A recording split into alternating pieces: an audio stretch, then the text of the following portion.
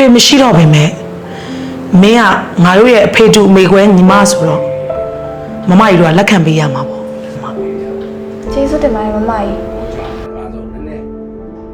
တော်လေးနဲ့ခန်းလာကြဆက်တယ်ကြိုက်တာရ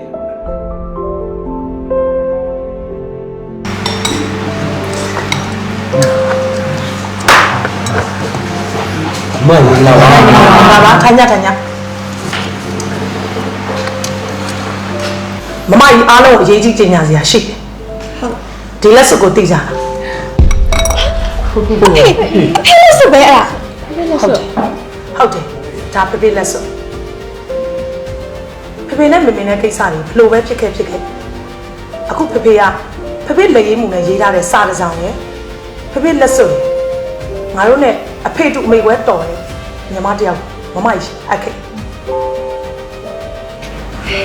မမိုင်ဒီလက်စွပ်တကွင်းစားတစ်စောင်နဲ့ तू ကဖေဖေရဲ့သွေးသားဆိုတော့ယုံလို့ရပါမလားတင်စားဒီလက်စွပ်ကအရေးသွေးရတလောကလုံးမှာငါတို့ဗဒမြဆိုင်တကူကပဲထုတ်တယ်ဆိုတာညီမလည်းသိတယ်မမကြီးလည်းသိတယ်ပြီးတော့ဒီမှာဖေရဲ့လက်ရေးမှုပါအဲ့အတွက်မမကြီးကတော့သူ့ကိုလက်ခံပေးရမှာနော်ကဲထားပါဒါဒီမမကြီးစီစဉ်တယ်အခုအားလုံးပြောပေးချင်တာဒီညီမလေးအခုမမကြီးတို့ဆိုင်ရင်ထဲကိုရောက်လာပြီဆိုတော့အားလုံးကြီးညာပေးချင်တယ်နော်ရတနာပြူလာမမကြီးရဲ့မောင်နှမကြီးနဲ့မိတ်ဆက်ပေးမယ်ဒါမမဗဒမြတင်စားလို့ခေါ်တယ်ဒီဆိုင်ရဲ့အငယ်ဆုံးညီမသူကတော့မမရဲ့ညီမလက်မမဗဒမြမာလာလို့ခေါ်ကိုဘက်ကတော့သူ့ရဲ့အမျိုးသားကိုကျော်ဒါကမမရဲ့မောင်ဖုံးမြတ်ဗဒမြလို့ခေါ်တယ်ဟိုဘက်ကတော့သူ့ရဲ့အမျိုးသမီးမမစင်နဲ့ဟိုဘက်ကတော့မမရဲ့တူနေရညီမနဲ့တော့အသက်မတိမ်မရိမ်ပဲဒါပေမဲ့ညီမကတော့မမရဲ့ညီမပေါ့သူတို့ကတော့ညီမနဲ့ကတူဝဲကြီးတော်နေမယ်နော်ဟုတ်ကဲ့အော်မောင်ဟင်းဟုတ်ကဲ့ပါဒီနေ့ကစပြီးရတနာဖြူကိုလေတလအတွင်းမမကြီးတို့ရဲ့ဒီဗဒမြဆိုင်ရဲ့ management တွေအကုန်လုံးကိုမင်းသင်ပေးရလိမ့်မယ်ဟုတ်ကဲ့ကျွန်တော်ပြင်လိုက်ပါနော်တလအတွင်းရအောင်မင်းလုပ်ပြီနော်ဟုတ်ကဲ့ဟုတ်ကဲ့ဒီရတနာဖြူရဲ့ဝတ်ပုံစားပုံတွေရော make up look တွေအကုန်လုံးကိုမမကြီးတို့ဆိုင်နဲ့ကိုက်ညီတဲ့ပုံစံမျိုးဖြစ်အောင်ညီမပြင်ပေးပါဟုတ်ကဲ့မမအဲဆိုရတနာဖြူကိုခေါ်သွားလိုက်တော့ကဲရပြီအားလုံးပဲစားကြတော့ကဲအားလုံးပဲစားကြ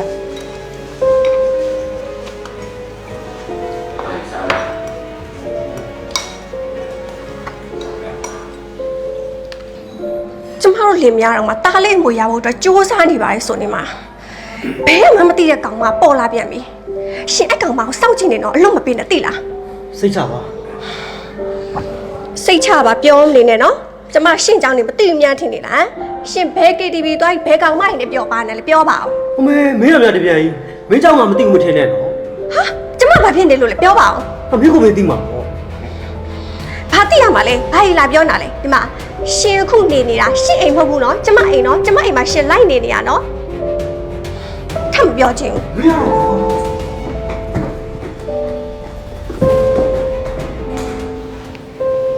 ကိုကိုအဲ့ကောင်မလေးကအဖေရဲ့တေးသားရင်းဆိုတော့ဟုတ်ရဟုတ်ပါမလားမိမရဲ့လက်စွပ်တောင်တွေ့နေပြီပဲကိုတို့တွေးသားရင်ပဲပေါ့ကိုတို့သူ့ကိုကြည့်ရှုစောင့်ရှောက်ဖို့တောင်းရကိုတို့တောင်းပေါ့အမကိုကိုရဲ့ဇင်ကဒီတိုင်းပဲပြောလိုက်တာပါကဲဟုတ်ပါပြီကဲလာသွား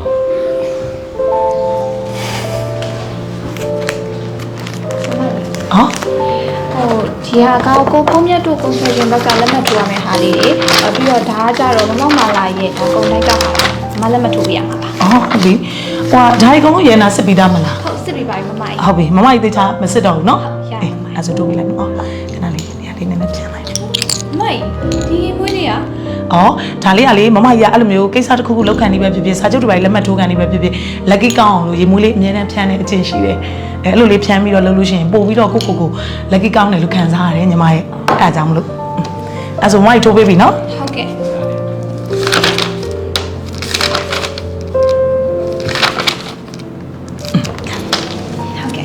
အဲ့တော့လိုက်ပါမယ်မမကြီး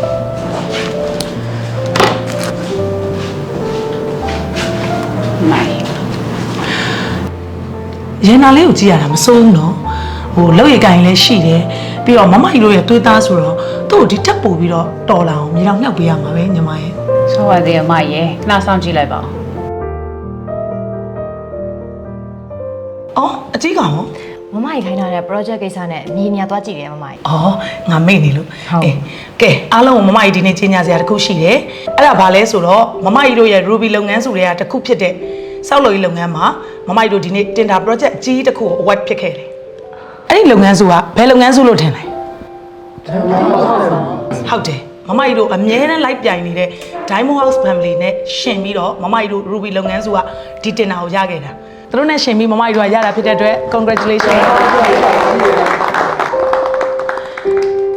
ဒီ project ဒီတစ်ခုလုံးကိုစလည်ဆုံးအကုန်လုံးလုပ်ခဲ့ပေးတဲ့သူကတော့မမကြီးတို့ရဲ့ညီမလေးရတနာဖြူပဲဖြစ်တယ်အဲ့အတွက်ရတနာဖြူကိုလည်းမမကြီးက bravo လုပ်ပါတယ်နော်ထပ်ပြီးတော့လည်းညီမဒီထက်ပို့ပြီးတော့မမကြီးတို့ရဲ့ဒီလုပ်ငန်းစုကအလုပ်တွေအကုန်လုံးကိုဒီထက်ပို့ပြီးကြိုးကြိုးစားစားလုပ်စေခြင်းနဲ့ပြီးတော့ဒီနေ့မမကြီးကညီမလေးကိုဂုဏ်ပြုတဲ့အနေနဲ့ General Manager ရာထူးတိုးပေးလိုက်ပြီဒီနေ့ မမရဲ့ကျေးဇူးအများကြီးတင်ပါတယ်ရန်နာအများကြီးစူးစမ်းပါမယ်နော်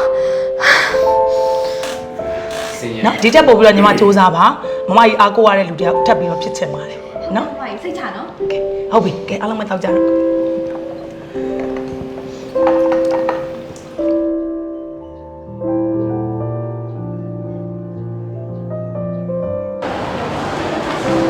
ဟာ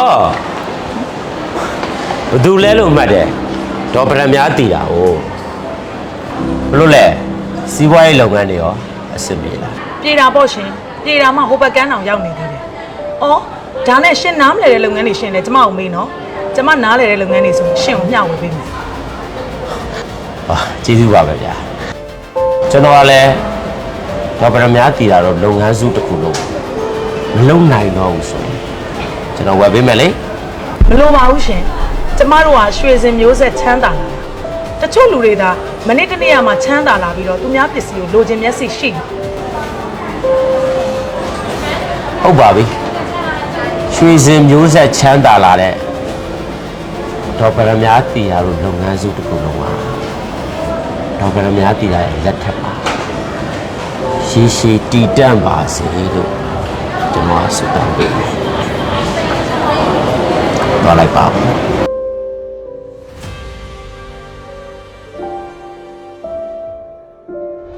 ဟဲ့ဒူးမှလည်းမရှိပါလား ရထားပြီငါရှိရလေဘာဖြစ်လဲ အော်ဟုတ်ကိုလေဟုတ်အပြစ်မှလေဗရက်များကုန်တယ်ရောက်နေလို့ ကုန်းနေရောက်နေ ဟုတ်ကဲ့ အိမ်မှာလူကြီးမှမရှိ ဟဲ့ဒုက္ခပါပဲအဲ့ဒီဗရက်များကုန်တယ်ရလေတစ်ခါလေမှလာတာဟုတ်ပြီးတော့သူတို့ကဒီကပြန် Diamond House Family ကိုသွားမယ်လို့ပြောနေတယ်အဲ့ဒီဗရက်များတွေကိုသာ Diamond House Family ကဝယ်လိုက်လို့ရှိရင်တော့ဖယားအမျက်တွေတော့ရှုံးပါပြီ အဲ့ဆိုနေဦးငါဈေးဖြတ်ပေးမယ်အကုန်းတွေကိုခေါ်လိုက် ဟာကိုလေးဖြစ်ပါမလားအဲ့မှာလူ ရတနာဖြူငါခေါ်ဆိုခေါ်လိုက်ငါဈေးဖြတ်မယ် ဟုတ်ကဲ့ အဲ့ဒီကိလေအကုန်းတွေလိုက်ကျွန်တော်ဈေးဖြတ်မယ်အားလည်းမနောက်ပြောကျွန်တော်ခေါ်ဆိုခေါ်လိုက်ပြေးစောမလေးအကူကရန်ကုန်ရောက်တယ်ဒီလူမပြနေကြပါပြီးတော့ရန်ကုန်လည်းတိတ်မလာဖြစ်ဘူးလေ၃နှစ်လောက်နေမှတစ်ခေါက်ရောက်ဖြစ်တာဆိုတော့ဟိုအရင်ကညီလေးမဟုတ်ပါဘူးเนาะအမားတယောက်စီခဲ့တယ်ကျုပ်ကတူကျုပ်ကိုလည်းပြလို့ကောင်းပါပြီဘယ်များတွေကတော့စုံလေးဗျာဒီမှာပွင့်ကောက်ပါတယ်နော်ဒီမှာလုံးချောအကြီးဘုဘကလာဆိုတော့စုံဝဲဗျာကြောချင်မှာအစုံပါတယ်ကျုပ်လည်းပွင့်ကောက်ပဲဒီကကြည့်နေဟာပါပါတယ်ဗျာဒီမှာပွင့်ကောက်ကတစ်ကိုက်ကို900ကျော်လို့စင်ပြပါမယ်ဘယ်မှာစကားပြောခင်ဗျားရောက်နေတာ Ruby စိန်မှာရောက်နေခင်ဗျားကပါလာတဲ့ဟာတွေအကုန်လုံးကျုပ်ဝယ်လိုက်လို့ရတယ်ခင်ဗျားသဘောပေါက်လားဟုတ်ကဲ့ပါ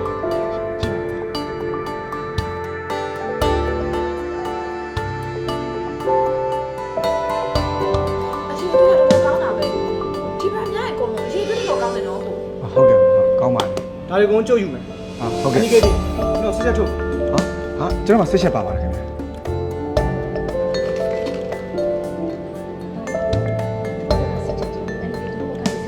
အနိကေဒီ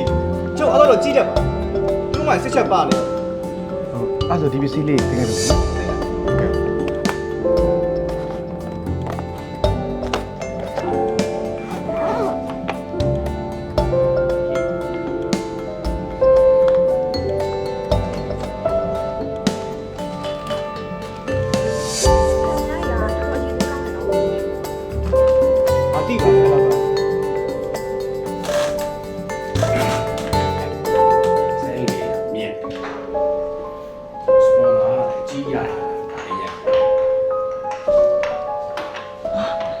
ထိုင်ညမော်နီ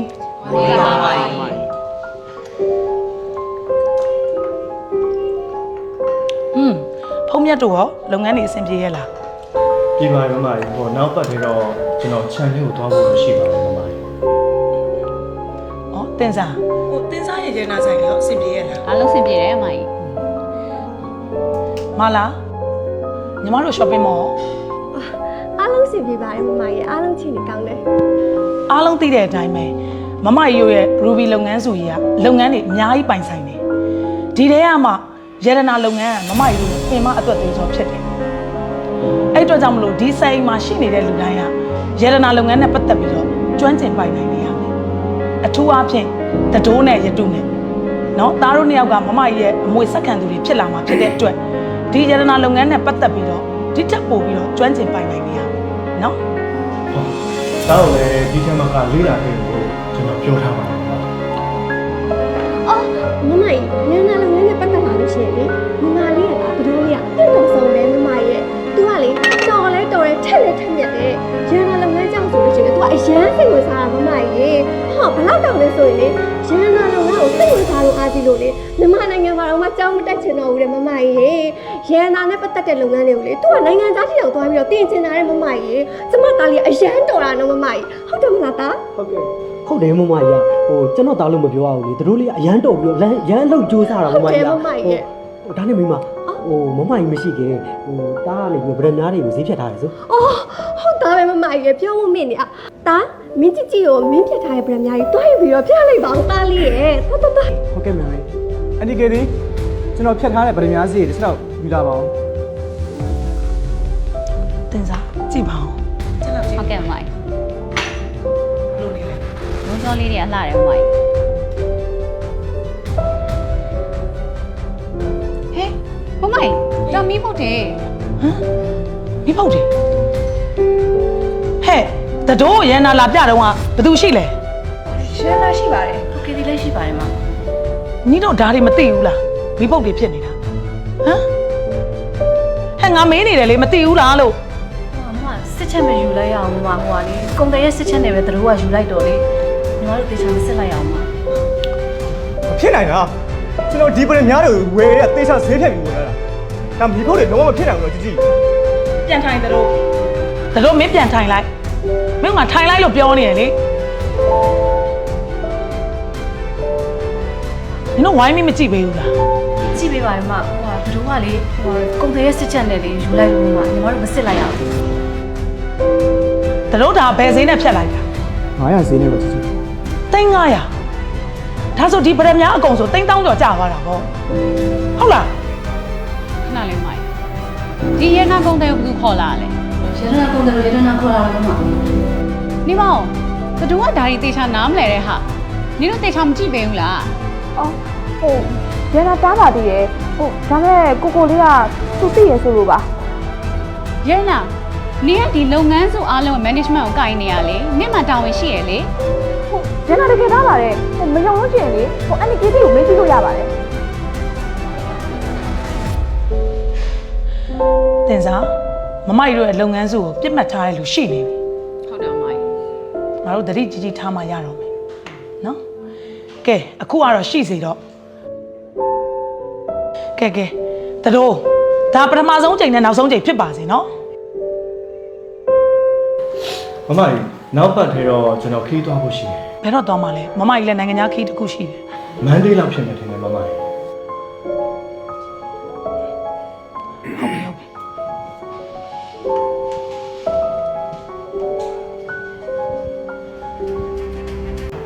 Ruby ဆိုင် ဗရမများတည်ဦးချိန်လောက်ဆိုအဲ့ဒီဆိုင်လောက်ထိပွက်လောထတယ်ဆိုဘာကြည့်ရလဲကြည့်ချင်တယ်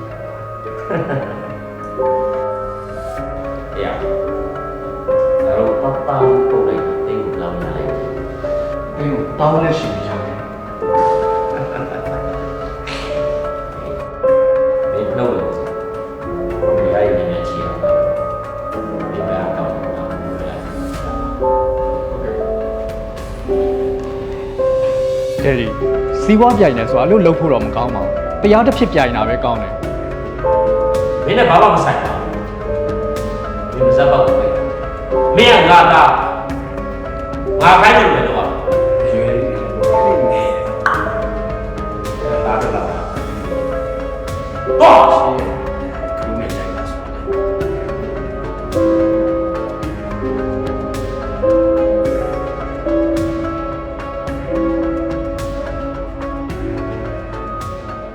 ဟော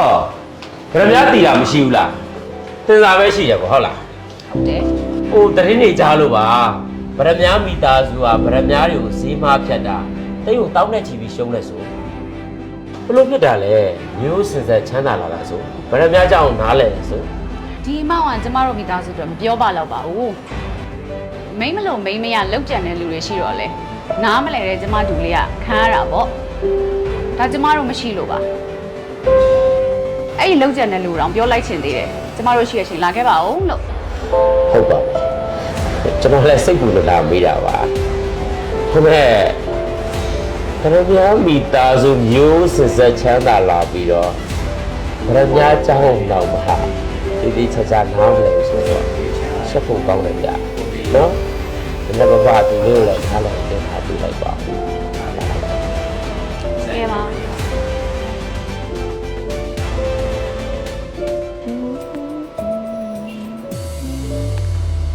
မမေမမေမမေ ဟေးဟဲ့ကျန်နာလာမကတ်အောင်ကြာပြီနော် မမေကိုမိတ်ဆက်ပေးရအောင်မယ်ဒါ Ruby လုပ်ငန်းစုရဲ့အငယ်ဆုံးသားလေနောက်ဆိုလို့ရှိရင် Ruby လုပ်ငန်းစုရဲ့တစ်ခုလုံးရဲ့အမွေးစက္ကန့်သူဖြစ်ကောင်းဖြစ်လာနိုင်တယ်နော် အော် ကလေးကစိတ်ဝင်နေလို့တဲ့အဲ့ဒါမမေပြောင်းထားပေးလိုက်ပါ စိတ်ချတာကလေးနဲ့မလုပ်တာမမေကိုလည်းသိချပြည့်စုံပြီ စိတ်ချမယ်နော်မမေအစီအမတော့တော့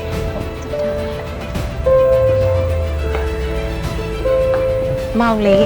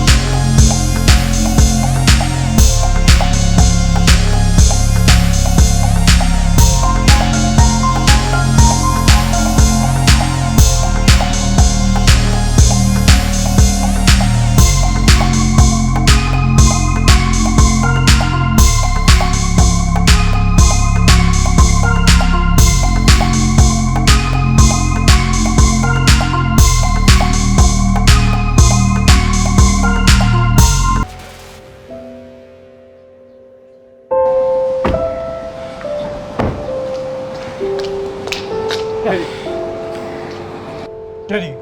ကျွန်တော်ပတ်စံလုပ်တယ်ဗျာကျွန်တော်ပတ်စံပေး ဘာပတ်စံလို့ရလဲနင်မတက်ချင်မတုံးထားတဲ့အကျွေးတွေငါစီကိုရောက်လာရင်တော့ဘန်းတော့ဖုန်းဆက်တယ်နင်ဘာလို့လုပ်လာလဲဟမ်ပြောတော့တာကို ဟဲ့မင်းဘာလုပ်နေလဲလို့မင်းငါတငယ်ချင်းကြီးရလေပတ်စံနေချီးရတယ်ဆိုရ မချီးပါဘူးတဲ့ဒီက မင်းငါမျက်နှာအော်မောင်းတုံးနေလို့ရပြပြတော့ဒီကဘာလို့လုပ်နေ ဟဲ့ရမင်းပစက်ကိုပိတ်တာ ငါမင်းအောင်မယ်နင်ဒီဆက်အိမ်ကဦးလေးအတော်စီမှာပတ်စံတွေရှောက်ထားသေးလား ယူပါဦးမမီယာ အမလေးတော်သေးရပါ ငါပြောမယ်နော်နေဒီအရင်အမွေကိုစက်ခံမဲ့သူနော်နေပကရရှက်ပလုံးနဲ့ကြားလားအေး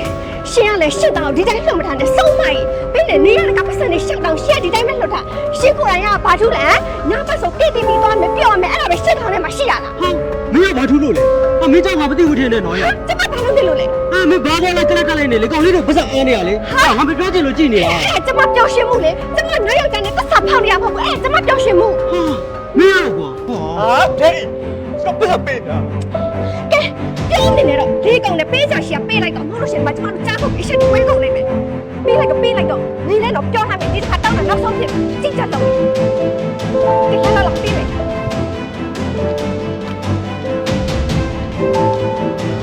ကဲပေးမယ်လာတော့ကြမယ်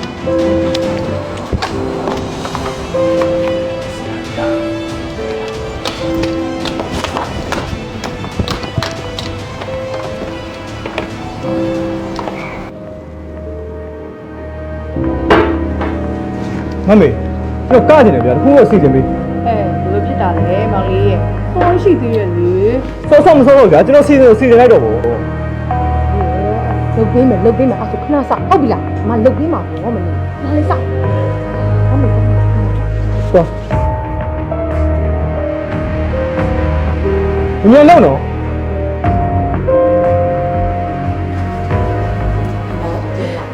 မမေအချင်းနေဘယ်လိုရှိလဲ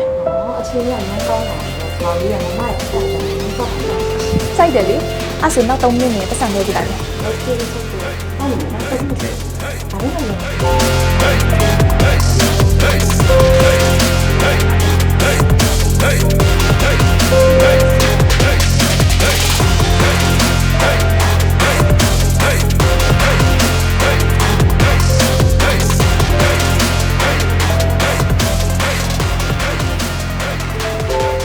ဆောင်းရင်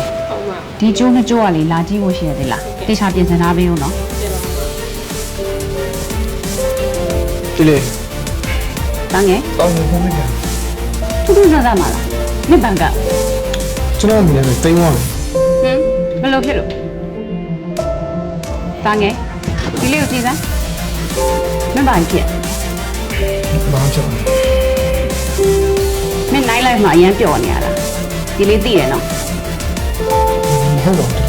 မင်းညံထားရင်မကြိုက်တတ်ပါဘူးမင်းဘယ်လိုခေါ်ရလဲပြောစမ်းဒီလိုပါတယ်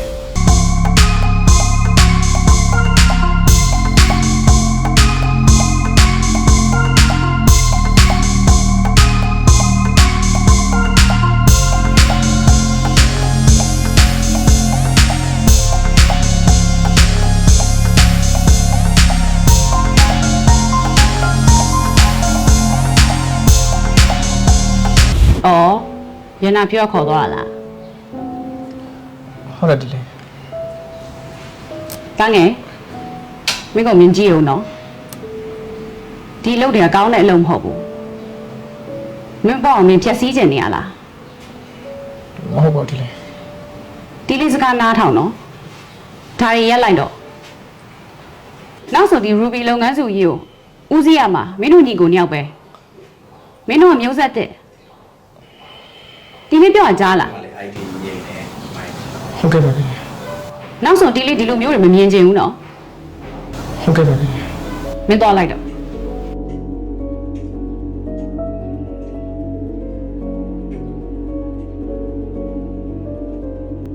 ဟုတ်ကဲ့ခင်ဗျဟုတ်ကျွန်တော်လာခဲ့ပါမယ်နော်ဟုတ်ကဲ့ပါခင်ဗျဟုတ်ကဲ့ဆရာဟိုနောက်ပတ်ထဲမန်နေသွားမယ့်ကိစ္စလေးလေဟုတ်တယ်နောက်ပတ်မန်နေခီးသွားမယ်အဲ့ဒါမာစီတီကပြင်ထားလိုက်နော်ဟုတ်ကဲ့ဆရာဟိုဆရာဟိုကျွန်တော်လိုက်ဖို့လိုသေးလားမလိုတော့ရရင်ဆရာဒရိုင်ဘာနဲ့ပဲသွားလိုက်တော့ဟုတ်ကဲ့ပါဆရာဟုတ်ဆက်ချက်ပြောအောင်မခီးသွားမှာမောင်မို့လည်းပြောလိုက်နော်မူးမနေနဲ့လို့ခီးသွားမှာလို့ကြားလားဟုတ်ကဲ့ပါဆရာပြောလိုက်ပါမယ်ကဲလာတော့မယ်အားဆို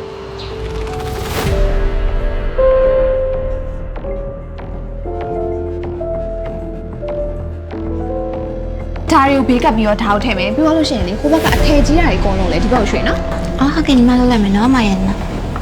နင်ကဘယ်လိုခေါ်လိုက်တယ်မယနာလို့ခေါ်လိုက်တာလေပြန်ခေါ်စမ်းမယနာ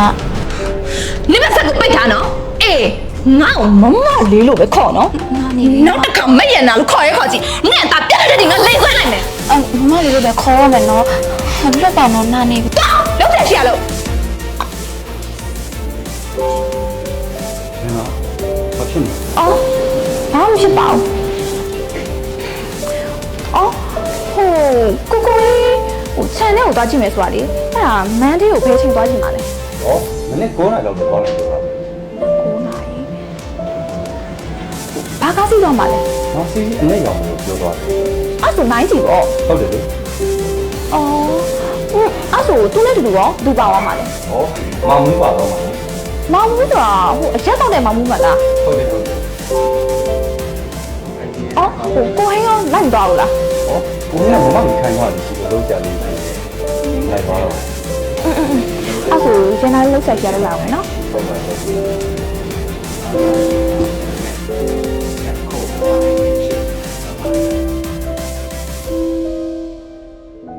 နေတော့လေးလောက်နဲ့ပဲအဲ့ဒါကစားမယ်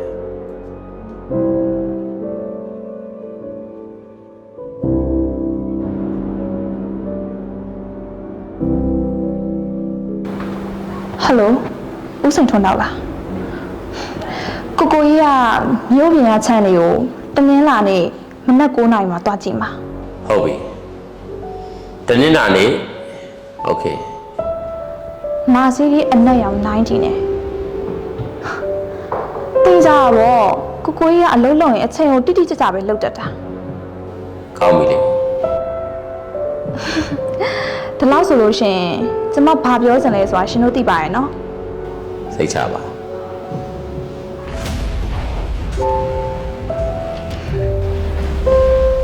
ရေတနာအဲ့မှာဘာလုပ်နေရလဲ အော်ဘာမလုပ်ပါဘူးဟုတ်စိုက်ထရဖုန်းလာနေလို့အဲ့ဒါရင်နာပြောနေတာ အောက်မှာလှုပ်ရှိသေးတယ်လေ အော်ဟုတ်အခုရင်နာလာပြီနော်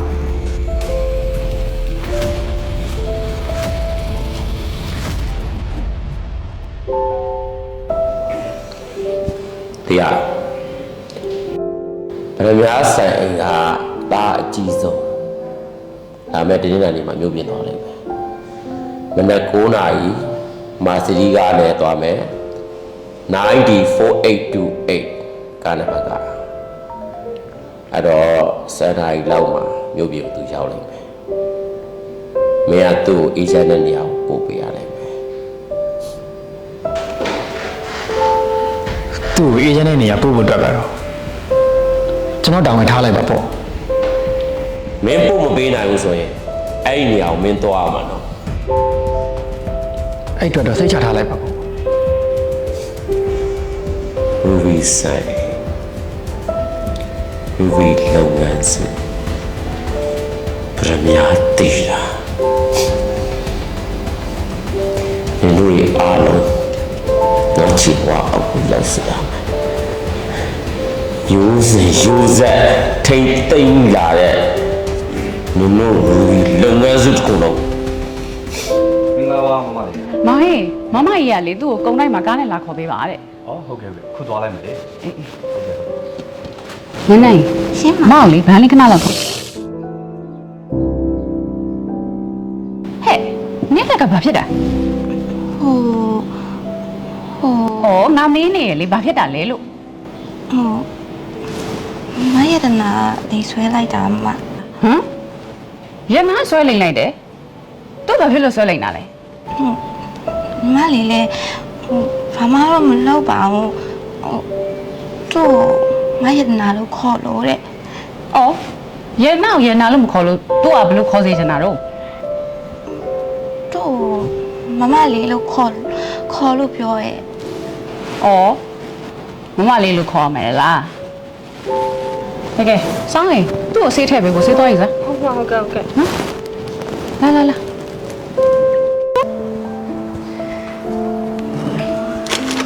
မမေဟုတ်တယ်ရော တားဖို့လေဒီနေ့ပဲမျိုးပြန်သွားတယ်ခြံသွားကြည့်ရလေတားရဲ့ ဩ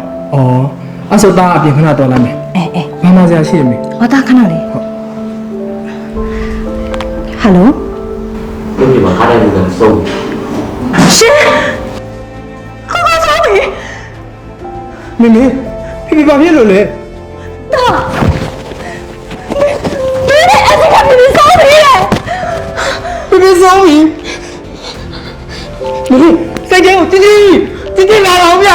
မေမေစိတ်နေဦးမေမေမေမေမမလာပါမေမေစိတ်ချင်းပြမေမေမေမေစိတ်ချင်းဒီပြေလာပါ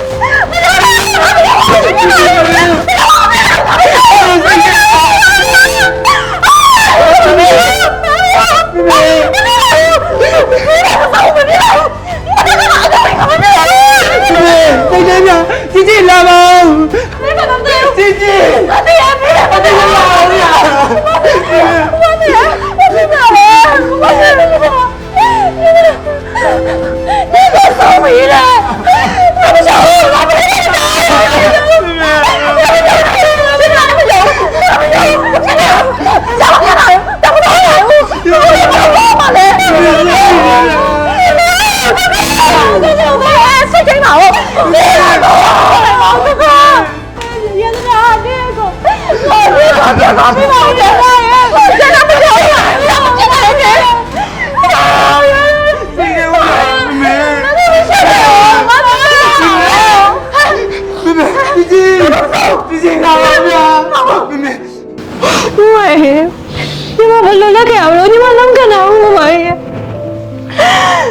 လုံးလိုက်ရလဲအကောင့်ကျလိုက်တာမမရဲ့ဒီဘာဘာဒီတော့စိတ်ကောင်းတဲ့သူမခေါ်တော့ရတယ်မမရဲ့မမလေဒီမဘလို့မလုပ်ခဲ့လားမမရဲ့ညီမတော့လေဒီကိစ္စကိုသိရတော့ညီမတော့မထင်ဘူးမမရဲ့မမကြီးလည်းဒီကိစ္စကိုတန်တရားရှိတယ်တင်စားအဲ့ကိစ္စကိုညီမစုံစမ်းပါအောင်နော်မမအော်ဒီဘိုင်းနဲ့မျက်လုံးထားလာမသိဘူးနော်မမကြီးအစံတိုင်းတော့ရမယ်ဆိုရင်မမကြီးအရင်တော့ရမှာလေအခုကိုကြီးအရင်ရောက်တယ်ဆိုတော့ကိုကြီးပြီးညီမလည်းနေရောက်လာမှလားမသိဘူးနော်မမကြီးညီမကြောက်လိုက်တာ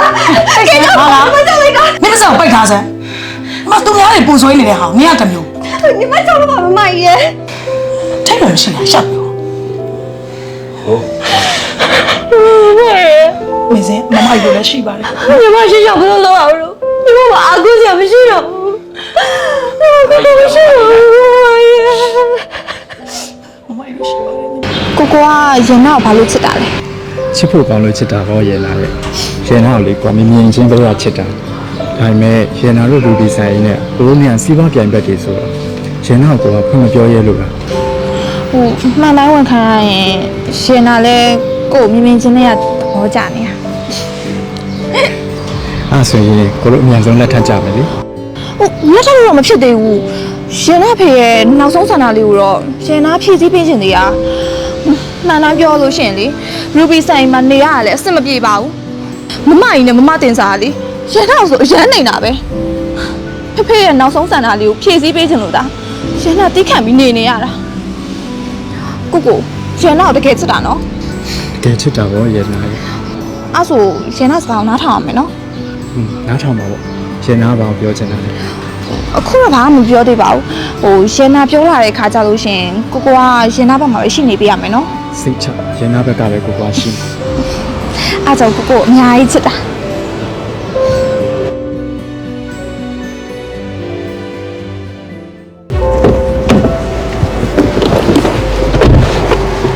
မင်းဖုန်းထဲကိုမမကြီးကောင်မလေးတယောက်က data တွေပို့ထားတယ်အဲ့ကောင်မလေးအကြောင်းအကုန်လုံးသိကြတယ်မင်းအမြန်ဆုံးစုံစမ်းပေးပါစိတ်ချပါမကြီးဒါနဲ့နေငွေရအောင်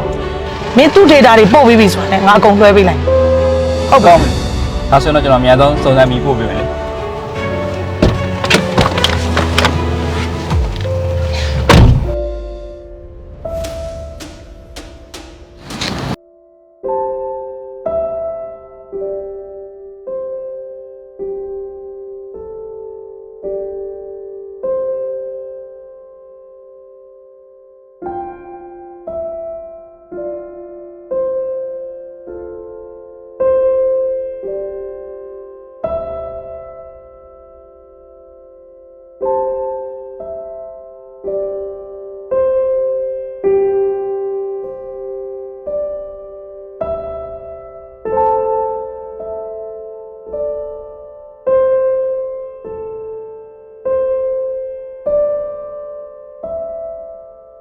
ရှင်ကကျမကိုဖော်ထုတ်မယ်ပေါ့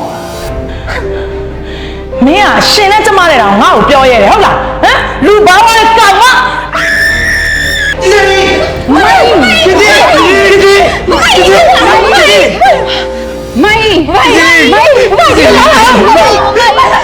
နေပေါ်စင်းလာလားညီမရတွန်းချလိုက်တာလား ရှင်ကဘာလို့ကြမှာလဲရှင်ကဘာမှမရရှိကိုနေတယ်လေအသက်စိတ်ကြလို့ရှင်ကပြင်းနေတာဘာလဲဘာလဲဘာလဲ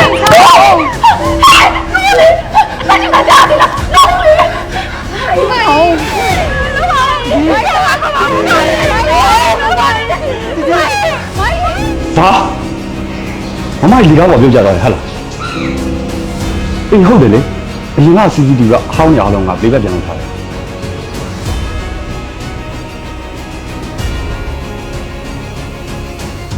အခုဘယ်လိုလုပ်ကြမလဲမမကြီးကလည်းစေးရုံပေါ်ရှောက်နေပြီပြီးတော့ဟိုမွေဟောင်းမှလည်းဒီဆက်အိမ်ကိုအပိုင်သိမ့်ဖို့ကြံစီနေပြီရှင်ကဘယ်လိုလုပ်ဖို့စဉ်းစားထားလဲ ငါဘလို့စဉ်းစားတယ်မလဲอ่ะ ရှင်ပြောလိုက်အဲ့လိုကြီးပဲရှင်ကောင်းနဲ့ဘာကြီးစဉ်းစားနေတာလဲဟမ်ကြော်ဖို့ပါဖို့ KTV သွားဖို့ပဲရှင်ကောင်းနဲ့ပါစဉ်းစားနေရ မင်းကဘာထူးလို့လဲမင်းကဘာချက်စီတဲ့လို့လဲ ကျမအချစ်လဲမလိုက်ပါပြောရဆိုရင်တော့မလေးအကောင်မောင်စိတ်ကူးတယ်မတော့ချစ်တိုင်းနေနေပြီကျမလက်တွေရှားနေပြီရှစ်သိတာရှစ်သိတာရှစ်သိတာ ဒီလိုပါ ကိုခဏနေရော CCTV ရှိနေတယ် အကုန်လုံးပိတ်ထားပြီးသွားပြီကိုပြောစရာရှိလို့ ဘာပြောမှာလဲ အခုမမကြီးကိုမဝင်နေရဘသူကြောင့်လို့ထင်လဲ ဘယ်သူကြောင့်လဲ အဲ့ရဲနာလုတ်လိုက်တာ အဲ့လောက်ထိလုပ်ဖို့လိုလို့လား လုပ်ဖို့လိုတာပေါ့ကျမဘာလို့အဲ့ဒါလုံနေရလဲသိလားအဲ့တော့ကိုနဲ့ဒီလိုနေစလို့လေရူဘီလုပ်ငန်းဆိုရောဒိုင်းမောဖမ်မီကိုဒါလွှဲပြောင်းပေးဖို့ရဆိုလို့ရှင်ကျမတို့နှစ်ယောက်အဝေးကိုတူတူထွက်သွားကြမယ်လीနော်ပြီးတော့အခုရဲနာမှာကိုနဲ့ရကိုဝင်ရှိနေပြီ ရှင်နာမှာကိုနေရတဲ့ရင်ကျူလေးရှိနေပြီဟုတ်လား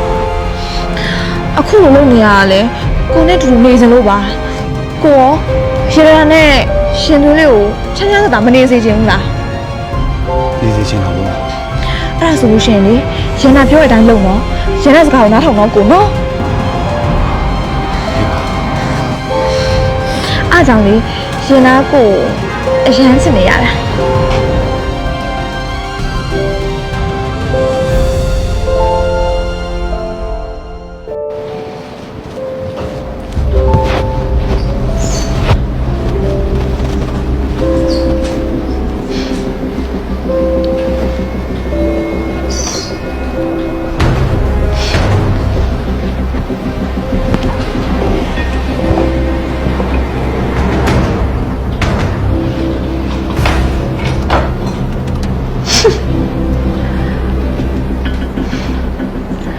ဒါလေးဆိုရင်ကံကောင်းခြင်းတွေလာတယ်တဲ့ lucky လေးတဲ့နင်လည်းနင့်ပိုင်ရှင်နောက်ကိုလိုက်သွားလိုက်တော့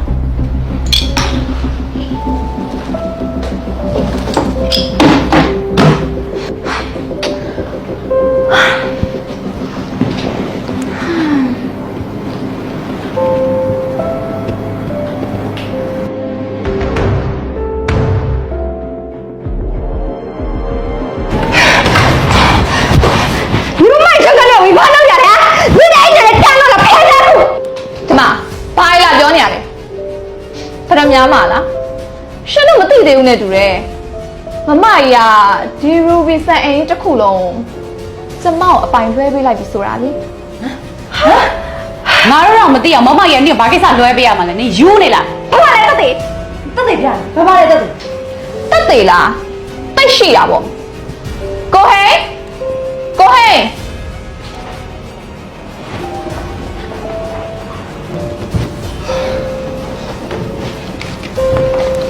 ဒီမှာ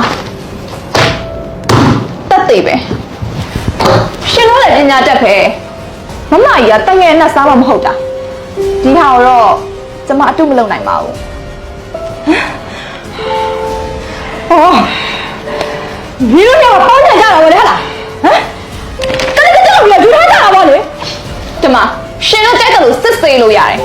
နင်မမကြီးတိုးချလိုက်တာမလားဘာလာပြောနေရလဲမမလည်းတက်သေးမရှိပဲနဲ့ကျမကိုလာမဆွဆွဲနဲ့နော် တက်သေးလား ပြမှာပေါ့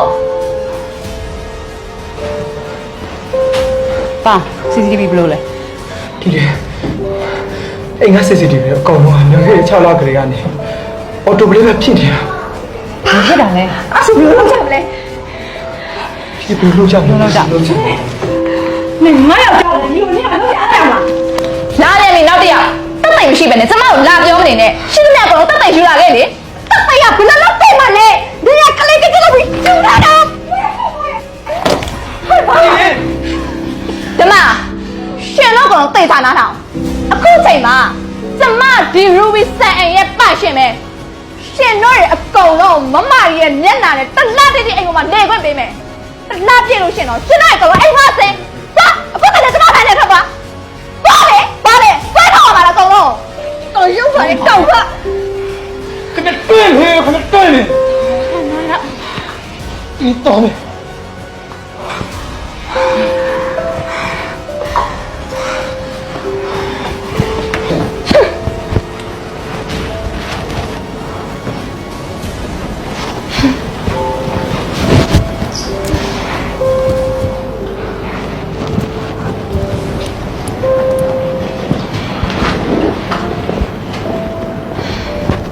ဒီတိုင်းဆိုတော့မလွယ်တော့ဘူးနော်ကိုရိုရူဘီလုပ်ငန်းစုကြီးကိုအများဆုံးရောင်းပြီးတော့မှတနည်းအားထွက်သွားကြမလား သိပါတယ် မမကြီးပြန်ကောင်းလာရော မနဲ့ပြန်တပတ်ကပြေတော့မဲ့သူကဘယ်လိုလုပ်ပြန်ကောင်းလာမှာလဲ ကိုစိတ်ဘူးလို့ပြောတာပါ ကိုစိတ်ပူတာကိုရှင်းတာနားလဲပါတယ်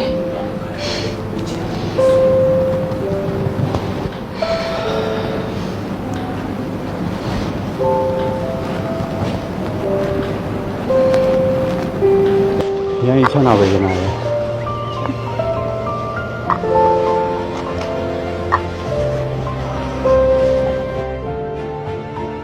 ကဲရနာကိုရိုရူဘီလုပ်ငန်းစုကြီးကိုဒိုင်မဟော့ဖမ်မီကိုရောင်းတော့မှာဆိုတော့ကိုရိုအကျိုးမဲ့တွေကိုစုပြီးတော့မှတနည်းအားသွားနေစမ်းမယ်ပြီးတော့ရနာမှာလည်းကိုလေးရတဲ့လူလေးရရှိနေပြီဆိုတော့တနည်းအားမှာသွားဆောင်ပြီးတော့မှဒီဆန်းတဲ့ဘဝလေးတိဆောက်ကြမယ်နော် ဒါပေါ့ကိုရဲ့အားကြောင့်မို့လို့လဲရှင်နာအခုလိုမျိုးလုံနေရတာလေရှင်နာလေကို့အရန်ဆက်တာပဲ ကိုလည်းငါ့ကိုစစ်တာပဲငါဆက်တယ်ဘာမှခံနေမှာတော့မလုပ်ဘူး အားကြောင့်လေရှင်နာကို့ဒီထက်ပို့ပြီးတော့ဆက်တာပြေစမ်း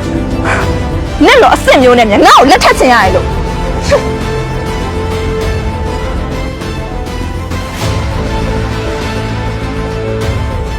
တကယ်ဒါကိုဘယ်လိုလုပ်ကြမလဲကြီးကြီးကလူကိုဆေးရုံပေါ်မှာ ဒီလေးကိုဒီ Ruby ဆိုင်အောင်ရအောင်ကာကွယ်ရမှာပဲဒါစိတ်မပူနဲ့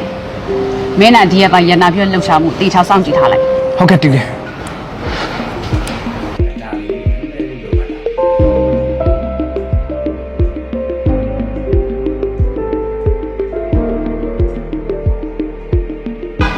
ကိုပြောစရာရှိရယ်အခုရှင်နာမှာကိုနဲ့ရတဲ့ကိုဝင်ရှိနေပြီ ဟာရှင်နာတကယ်ပြောရလားအဲ့ဆိုရင်ကိုအဖေကိုပြောပြီးတော့ရေထားနဲ့လက်ထပ်ဖို့အမြန်ဆုံးစီစဉ်လိုက်တော့ လက်ထပ်လို့မဖြစ်သေးဘူးကိုရဲ့ဟိုရှင်နာမှာရှင်နာဖေရဲ့နောက်ဆုံးဆန္ဒကလည်းရှိသေးရဲ့လေအမှန်တကယ်ဆိုလို့ရှိရင်လေရှင်နာလည်းကိုနဲ့လက်ထပ်ချင်တာပေါ့အခုလေအိမ်မှာဆိုလို့ရှိရင်အဲ့တင်စားဆွဲမိမကြီးကရှင်နာဆိုအရင်လိုက်ဆက်တာပဲတနေ့လေတူကလေ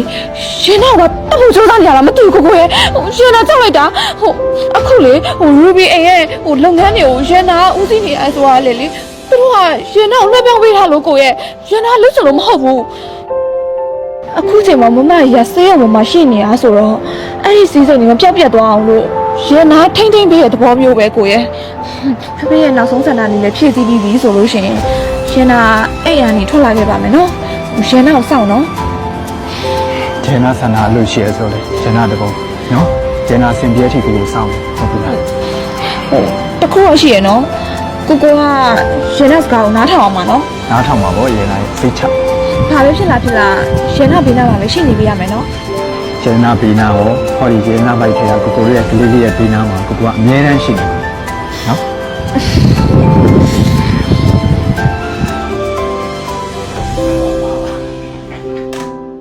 အဲ့ကောင်ကငါသားနဲ့ကြိုက်တယ်ဟဟလားရသနာဖြစ်နေရတော်လဲရဟာမပဲဟမ်စိတ်ထုံးတောက်လို့လူမျိုးရဲ့တားကိုနေရအပိုက်ဖဲချင်တာဟမ်တရားတဲ့အဲ့ကောင်ကိုစောင့်ကြည့်တာပြီးတော့ငါသားဟုတ်ကမတော့ပါစောင့်ကြည့်တာကြားလား ဟုတ်ကဲ့ပါဆရာ ငါသားဟုတ်ကမတော့ပါစောင့်ကြည့်တာကွာ ဟုတ်ကဲ့ပါပေါ့ကျွန်တော်တရားစောင့်ကြည့်ထားလိုက်ပါမယ်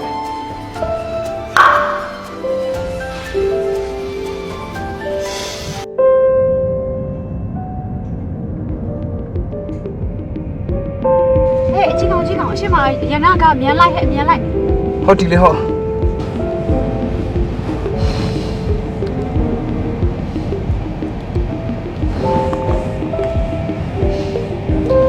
်လိုကိုကို ဟယ်လိုရဲနာပြော ရတနာနောက်ကိုလေဗရမများတင်စားနဲ့တူတူကြီးကောင်နောက်ခံလိုက်လာလို့ ရဲနာခုပဲနားလေးမှာလဲ အခုက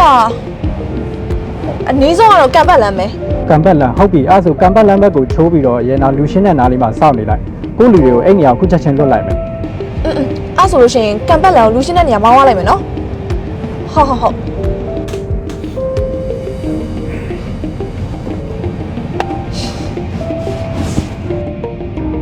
ိုကလာဘက်ကိုလိုက်ဟဲ့အဖက်ကိုသွားရင်ဟဲ့ ဟုတ်ဒီလေဟုတ်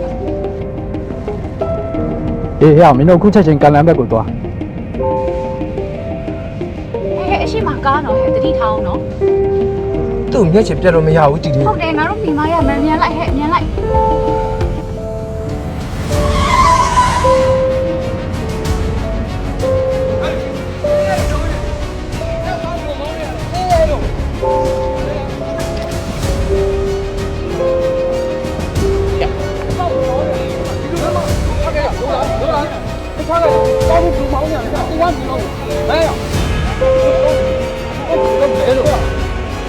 မောတယ်လားရှင်မနဲ့ကိုနောက်ခံလိုက်တာလားရှင်နောက်အရင် short တွက်တာပဲနော်ရိုးတော့မလုပ်နဲ့နော်ဒါကဘိုက်ထဲကိုဖောက်ဝင်သွားတယ်နေနေလိုက်တယ် ဟယ်လိုဘာကိုကြီးနဲ့ဒီလေကိုရင်ကဖြိုးဖမ်းသွားတယ်ကြောက်မသိကြလားအေးအဲ့မင်းနောက်ကနေလိုက်ကြည့်တာလိုက်မျက်ချင်မပြတ်စင်နဲ့နော်ငါအခုချိန်လာခဲ့မယ်ပြေဆုံးမမလေးဒါလိုက်ခင်ကနဲ့ရောက်ထိုင် ခဏပဲစောင့်နော်ရှင်တို့တူကြီးမြောက်ကိုကျမလက်ဖြားနဲ့အောင်မထိပါဘူး နေတော်ရက်လာတဲ့ကောင်မမရဲ့ကျေးဇူးကိုမထောက် ခဏတော်ရောက်လာတယ်မိမ့်မပဲ ဟဲ့နေမစက်ကိုပိုက်တာဓမ္မမတင်စားငါတက်စီးမို့လို့သိခံနေရနော်ဒီမှာဘယ်လိုများတင်စားဘာကျေးဇူးတွေကိုလာပြောနေရလဲကျမလိုချင်တာ Ruby လုပ်ငန်းစုတစ်ခုလုံးလိုချင်တာ ငါတို့လွတ်ရင်နေမလွယ်ဦးမဲ့ ကြောက်တော်လွတ်လာချင်းခဏမလွယ်ဘူးနော် လွတ်မှာပါလွတ်ပေးမှာပါ Ruby လုပ်ငန်းစုကိုလွှဲပြောင်းတဲ့စာချုပ်ချုပ်ပေးရတယ်ရှင်တို့တူကြီးမြောက်ကိုတန်းပြီးတော့လွတ်ပေးမှာကိုတို့မြောက်ကိုတိတ်ချကြည့်တာနော် စိတ်ချပါလေကိုလူတွေလည်းရှိတယ်ဒီတောင်းတွေလုံးဝမလွတ်ဘူး အဲ့ဆိုလို့ရှိရင်ကိုတယ်လေးနဲ့စာချုပ်တော့ချုပ်လိုက်အောင်မယ်ကိုမတခါရနဲ့ခင်လေ လိုက်တာ သွားမယ် ကြောင်တို့ဒေတာစောင့်ကြည့်တာ သွားမယ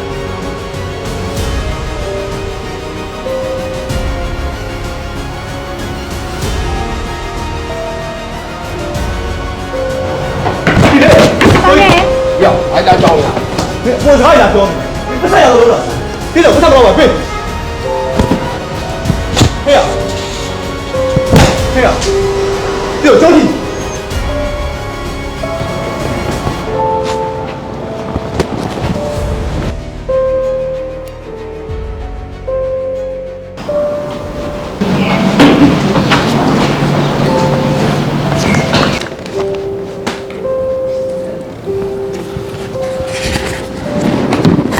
ပိုင်ဆိုင်မှုရအောင်ကုန်မလား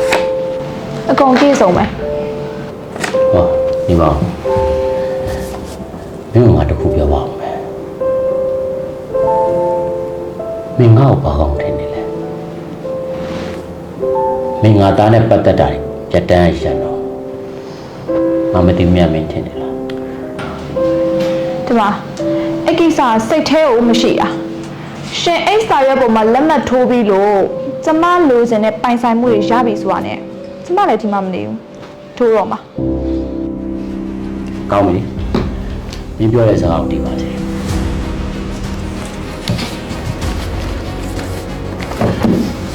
ထောက်ထားမှန်းပါပါဆက်မင်းကပြော ဟုတ်ကဲ့ပါပေါ့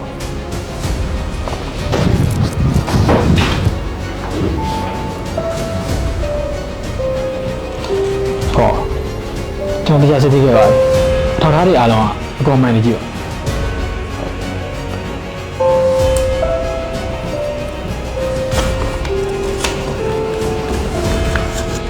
ဝင်လို့မရရှင်ဝင်လို့မရဝင်လို့မရဝင်လို့မရတော့ပါမဝင်လို့မရတော့ပါဝင်လို့မရဘူးဖြစ်အမဝင်လို့မရဘူးမဆိုင်ရဖိုးရမလို့ငါတို့သဘောမတူတော့ကျမရှင်းဘာလုပ်တာလဲ ဘာလဲလူကိစ္စဘာလဲလဲဘယ်မှာရန်လာပြီဘာလဲလဲမပြားရှင်းမထားဘူးလား ကျမရှင်းလာကြလို့မကြောက်တော့လူရဲ့သမားပိုင်တာကျမဘာပဲလုပ်လို့ပေါ့ မမကြီးကမသေးသေးဘူးလေမမကြီးစောင့်ရမယ်နော် ဟုတ်တယ်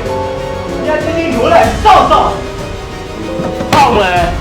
မင်းကဘလောက်လေးမလောက်စားနေငါယုံရတဲ့ထိဝင်ပြီးတော့ရအောင်ရတနာပြု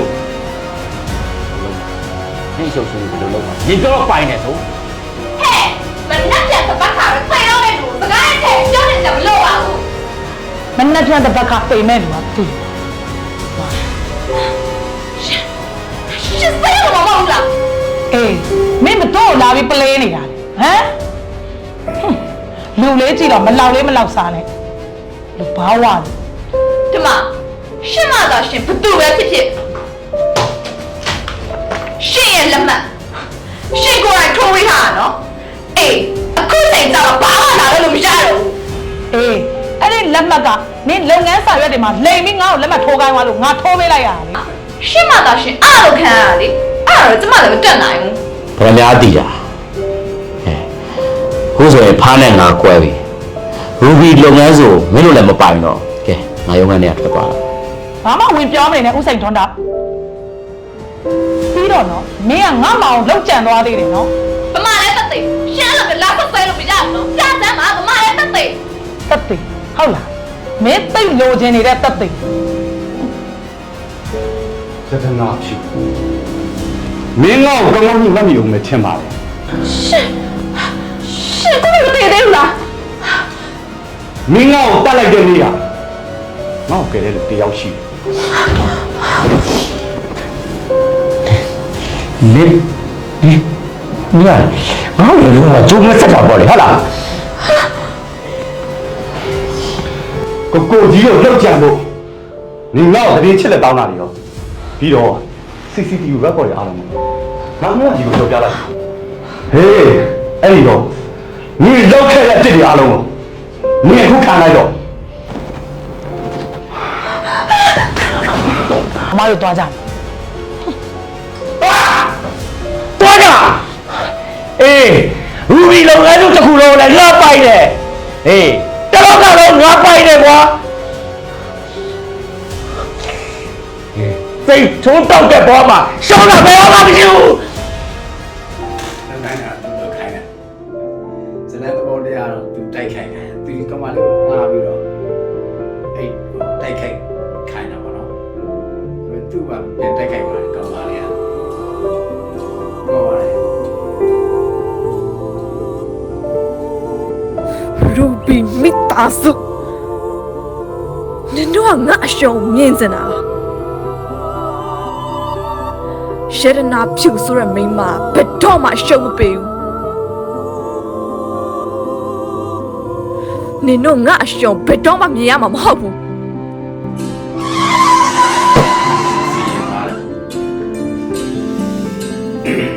မိုက်ပါလေဇလန်လေးโอเคပါတကယ်ချင်းလို့ရေအဲဒီဇလန်လေးဒီက